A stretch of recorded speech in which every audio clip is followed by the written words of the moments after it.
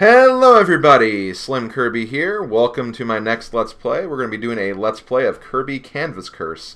This game was released on the Nintendo DS in 2005, and it's kind of one of the first games Nintendo released for the console that was kind of based on that whole touching is good type of slogan that Nintendo was going for with the Nintendo DS. So right now we have the story here. Welcome to Peaceful Dreamland. Kirby's on a nice little stroll. But suddenly, the world's colors warp and a strange witch arises. Drawing in the air, the witch turns the land into a painting.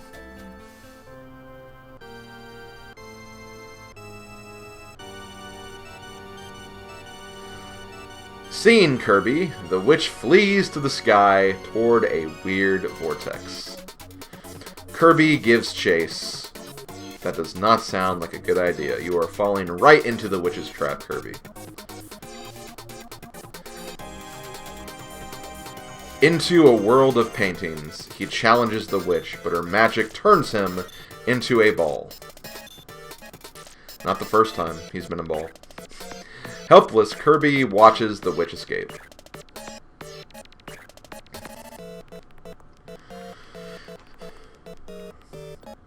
Looking down in shame, he sees the witch's magical paintbrush. Kirby touches the rainbow brush and it transports you to a ray of light, or it transports to you on a ray of light. Oh, I get it. It's the Nintendo DS stylus. How cute. So yeah, like I was saying, this game is kind of back when the Nintendo was obviously first, releasing software for the Nintendo DS. And, back then Nintendo, when they had like a unique console of this type, they really wanted to capitalize on all the different features of the console or handheld in question. And for the DS, obviously it was the fact that it was two screens, and also the fact that it was a touchscreen on the bottom screen. So as a result, this game is 100% completely controlled by the touchscreen. We will be not using any of the buttons on the DS system. It is controlled completely by the bottom screen and the touchscreen. So when it comes to games like these, don't want to say like I'm not a fan. I'm always willing to give those games a shot because there's definitely some fun that can be had with them. But obviously, like, when it comes to, touch control games, I'm someone who definitely much prefers using buttons and stuff. But for what this game is, I think it does control very well with the touchscreen, just being a full touchscreen game. And again, there is definitely some fun to be had here. One thing I will say from the get-go, though, this is not going to be a 100% playthrough. At least, that is not my intent with this Let's Play. Because I'm going to go ahead and break it down. File 3 is my practice file, and I am only 75% done. The reason I'm only 75% done is not because the game's hard to 100%, it's just really, really time-consuming. You essentially have to play through the game like 5 times in order to get 100%, and there's not really any rewards you get for doing that, so I'm not exactly, like, incentivized to actually do that. So I'm probably not going to do the same thing for my Let's Play file. But I will essentially show off all the different features and all the different aspects of this game, just because there are some really cool things that you can unlock through playing this game, but I just don't know if it's worth 100%ing everything just to get that 100% file completion. So I'm probably not going to be focusing on that. But yeah, let's go ahead and get this Let's Play started. Going to jump into File 2, which is empty. New file was created, indeed. So here we have a few options here. We have main game, metal swap, and options. Main game is obviously the main quote-unquote adventure. Metal swap is basically a menu where you can actually exchange metals that you get throughout the game to purchase some extra features. And I guess one thing I will be kind of going for is I will be going for unlocking all of these at the very least. Just because, I do want to showcase all the different things you can get in this game. But yeah, there are a lot of different things you have to buy, and you do need a lot of medals to actually get everything. I believe there are 250 medals in the game, so that just kind of shows you that there is a lot to unlock, but you don't have to get all of them to unlock everything. I'll go ahead and say that now. I mean, you'll need them to get 100% on your file screen, obviously, but to unlock all of the things on this menu, you won't need to actually collect all of them. And options, obviously, like all the different options, game options you can do. You can change your sound settings and just normal game settings. You can erase your data if you want to. There's also a sound test. You can take the training mode again, which we'll be doing shortly. That's basically all there is for this. So yeah, let's go ahead and jump right into the main game and kind of see what we have here. This game uses only a stylus. Grab the stylus to start training. So first of all, we have lesson number 1, the touch dash. So basically, this is the way this game works, is Kirby will be infinitely moving, or rolling, I guess. Now, I think there are times where he will stop, and then you have to interact with him to keep him moving. But for the most part, he'll just be rolling automatically through the whole game. But thankfully, using the touchscreen, you can kind of impact the world kind of around Kirby. So right from the get-go, we have an enemy ahead, so we can take action. If you touch the enemy, it will be stunned and immobilized, and after a short time, it will move again. Defeat stunned foes by running into them. So that is how you can take care of some of the enemies. However, you can also take care of enemies without stunning them too. You just have to make sure that you do a different action instead. So more enemies have appeared, take action. Touch Kirby to initiate a powerful dash move. Do this to beat multiple foes at once. And yeah, that's basically how you basically defeat enemies. There are other ways, obviously, and we'll see those as we go throughout the game, but that's going to be your main source of combat, I guess you could say. This is the touch dash. Give it a test run. So, once again, I'm going to showcase stunning an enemy, rolling into it. Then up here, use the touch dash to roll into multiple enemies. And they'll even give us some additional little scenarios here too. So hit him, do that, touch dash into those guys, get to the end. And then here we can... Okay, we don't want to do that. Let's not roll immediately. Let's go ahead and roll into that enemy, and there we go. That is lesson number 1. Lesson number 2, we have touch to go.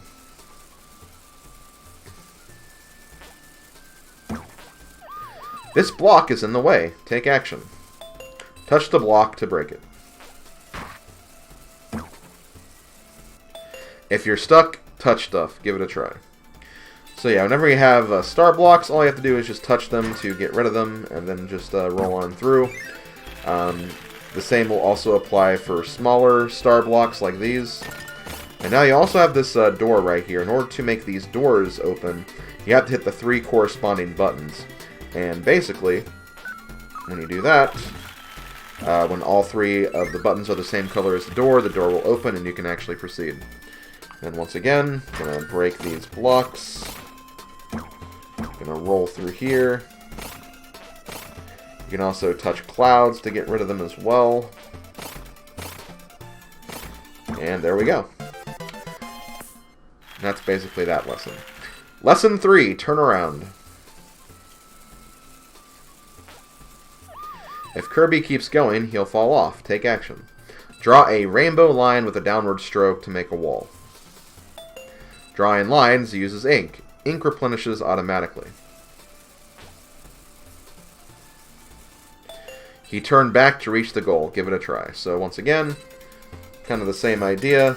Just basically you can make walls to turn Kirby around if it looks like he's going in the incorrect direction or towards any danger whatsoever. Pretty basic stuff.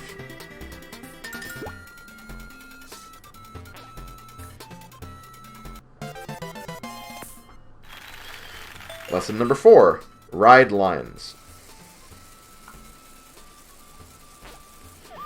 Get across, take action. Draw a rainbow path for Kirby. Kirby goes the direction the line was drawn. Rainbows, kind of like escalators.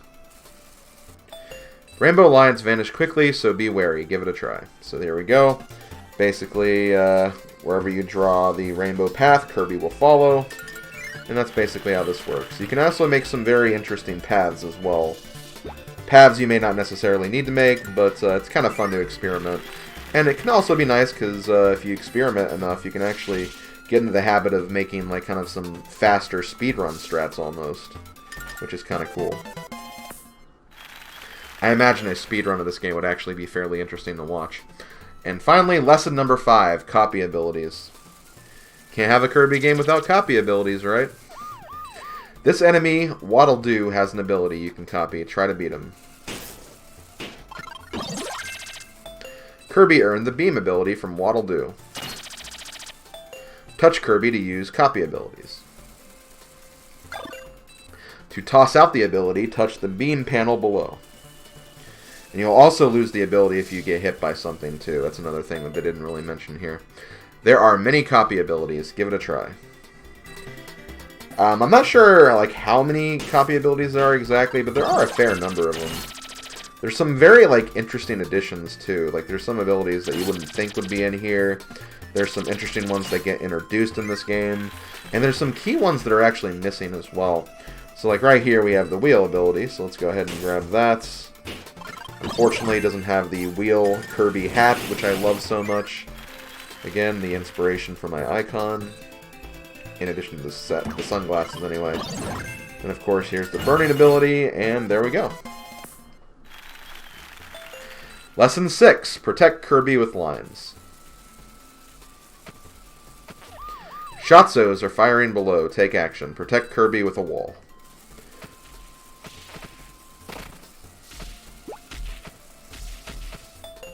Draw walls and work your way towards the goal. Advanced hint. While on the ground, your ink refills quickly. Give it a try. So yeah, just more like in different applications of the game's, you know, obviously main mechanics and everything. So in addition to being just kind of what Kirby needs to do to progress, you can also use the lines to actually protect Kirby as well, which is kind of nice. And then, of course, there we go. And I believe that's it for the training mode, too. So yes, we're done with the training mode. Bonus, diving. Push Kirby under with a line. So whenever you're in the water, that's basically a hint of how you can move there. Because, yeah, when you're underwater, controls are definitely a lot different than what they are on land. So keep that in mind whenever we get to the water, anyway. But yeah, with that we are done, so now we can actually start the main game here. I'm not sure how long we've been going. I want to say we've been going for about 10 minutes, so I can probably get through like maybe a level or two, but after that we'll probably maybe put a stop to this video and then move on to the next video and continue more of this. So let's go ahead and get started with level 1, which is, I guess, more like World 1, not really like the first level of the game. I believe there are 8 worlds of the game, although the last world is just kind of like a boss world, so it's not really even a full-length world. So this game, honestly, will not take very long to complete. It's mainly the extra stuff. If you want to kind of go above and beyond and get all the different collectibles and collect all the medals in the game, that stuff will kind of take a little extra time, obviously. But yeah, I'll definitely showcase how to get all of the medals in the main levels, of course. So yeah, let's go ahead and get started here with level number 1, Ready Land. And in each level, or I guess, again, I hate when they call them levels when they're actually supposed to be called worlds. I'd say levels are more of what we have here, but basically every world has 3 stages, or I guess every level has 3 stages. And yeah, that's basically what each level is consists of, basically.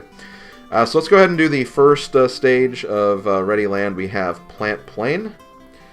As you can see on the top screen there, the top screen is the screen on the top left. The bottom screen, since that is the main focus, obviously that's going to be what we're going to be seeing most of here. Unlike other games where I feel like the top screen has at least the same amount of importance, the top screen is really just kind of regulated to like a simple menu screen, or in some cases it's a map, but it's not really anything like major importance. and something that you won't really need to see too much, because you'll be watching kind of the main screen and seeing what I'm doing. So yeah, let's go ahead and get this started here with the first stage. So as you can see on the top screen, not only do you have like a little map where you can kind of take a look at everything, all your stats, well, not really stats, but you know, your extra lives, the amount of stars you have, also your life bar, your ink as well. Those are all the different things you can definitely see on that kind of bottom screen there. Oh, here's Balloon Kirby, one of the abilities that I think is really only in this game. It's not a really good ability. Basically, you just tap Kirby, and every time you tap him, he inflates himself, just like Lanky Kong. And yeah, that's basically all this is. You can kind of get some interesting movement with Kirby when you're in this form, but I wouldn't say it's really like that great of an ability. You can't really ride lines when you're in this form. You kind of just have to kind of go with the flow and use it, so I'm going to go ahead and just drop the ability. But anyway, basically from what I've noticed from playing this game is every level is basically kind of divided into 3 sections. And in each of the sections you'll find one medal, and there is the first medal right there, so we're going to go ahead and grab that. Medals. Use the medal at the medal swap. Medals hide everywhere. Swap them for prizes. So much akin to the star coins in like the new Super Mario Bros. Games and stuff of that nature. Medals, there's 3 medals in every level. You know, sometimes you'll be able to pick them up as you're going through the stages. But there are some medals you'll have to backtrack for after you unlock something in the future stage, which I never really like that. I don't really like when games do that. I feel like you should always be able to get things on your first go-around, unless, like, there's, like, another reason you'd want to revisit levels. But for the most part, there's not really a reason to revisit levels, unless it is to collect medals. So I think that was kind of not really a great decision for this game, but it is what it is. They wanted to include some aspects of other Kirby games where that is actually a feature. Namely, well, I guess not really Kirby's Adventure, but you know, there are some games that are kind of like that anyway. I guess one that comes to mind is Kirby 64 and Kirby's Dream Land 3 with, like, you know, certain heart stars and crystal shards in those games. So there we go. We got another medal down here. Let's go ahead and grab that. Hooray. That is medal number 2. So yeah, here's Beam ability. Beam's okay in this game.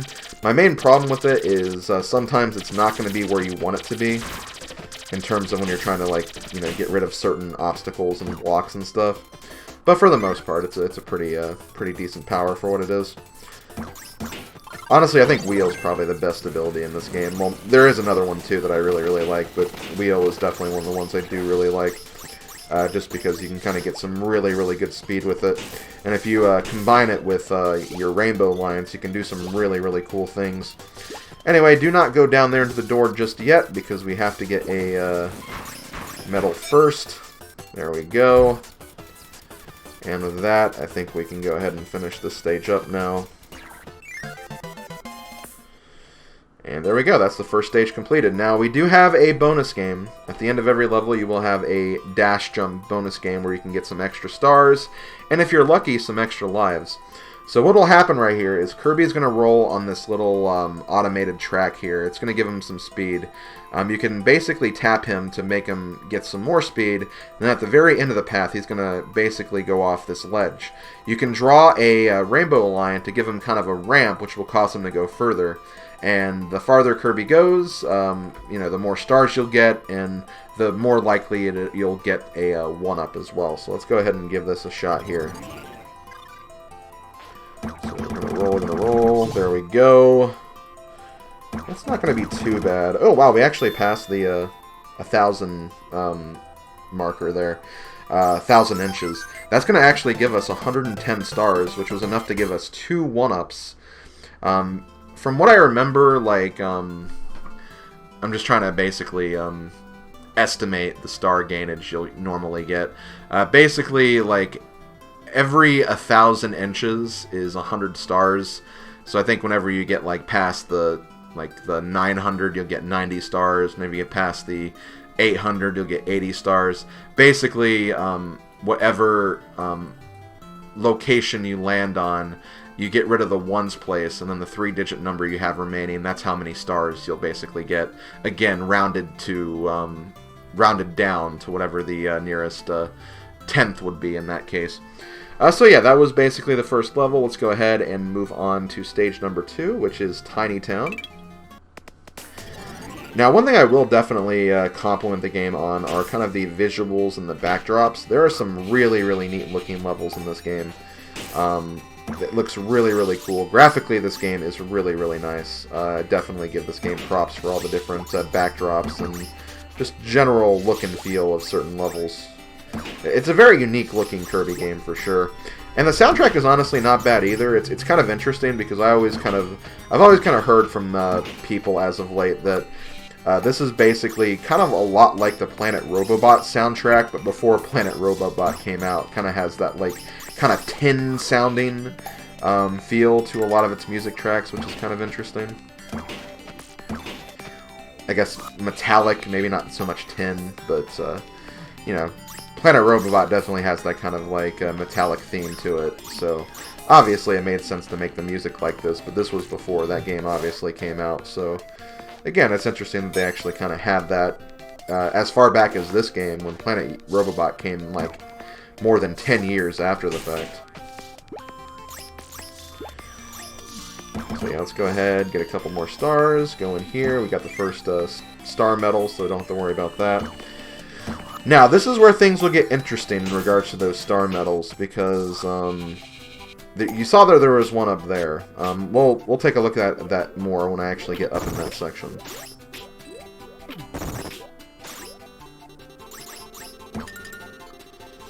And then whenever you see like one of those star posts, that's basically a checkpoint. So if you do end up dying, you'll actually go back to that specific checkpoint, which is nice. I think we want to go up here. I think this is just like really a small bonus room.